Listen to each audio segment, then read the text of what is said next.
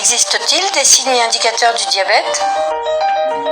Les symptômes directement liés au diabète sont souvent précédés de signes d'alerte. C'est avant tout l'existence d'antécédents familiaux. Si un parent est devenu diabétique connu à l'âge de 50 ans et plus, c'est alors dès 35 ans qu'une recherche systématique périodique sera réalisée chez les enfants. L'existence d'autres anomalies, comme une dyslipidémie, une hypertension artérielle ou un syndrome inflammatoire non expliqué, doivent faire rechercher un syndrome métabolique, lequel est fréquemment associé au diabète. Enfin, le manque d'activité physique et le surpoids sont des facteurs majeurs, révélant une prédisposition génétique au diabète. Les patients peu actifs et ou en surpoids doivent faire rechercher régulièrement l'existence d'un diabète, et en particulier lorsque l'obésité est de type androïde, ce que l'on appelle une obésité abdominale.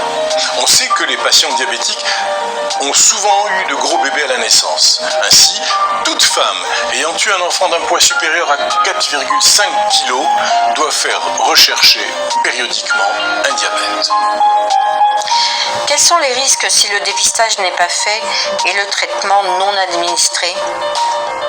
En l'absence de dépistage et de traitement du diabète, la maladie se révélera par une complication. Le plus souvent sont des complications d'ordre vasculaire, telles une insuffisance coronarienne, un infarctus du myocarde, un accident vasculaire cérébral ou une artérite des membres inférieurs. Également, on notera l'atteinte de petits vaisseaux, de la rétine avec une baisse de l'acuité visuelle, une atteinte rénale avec une apparition d'albumine dans les urines, puis une insuffisance rénale sévère, le diabète étant la première cause d'insuffisance rénale terminale.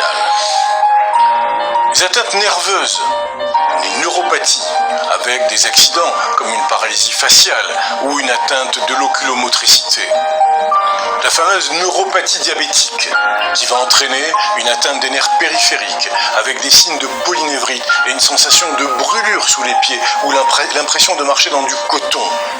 Il existe aussi des complications aiguës comme des infections à partir d'une plaie qui cicatrise très difficilement. Le diabète est donc une maladie à prendre très au sérieux. Souvent silencieuse et sournoise, elle entraîne à bas bruit des atteintes, nous l'avons vu, surtout vasculaires, responsables de nombreuses complications.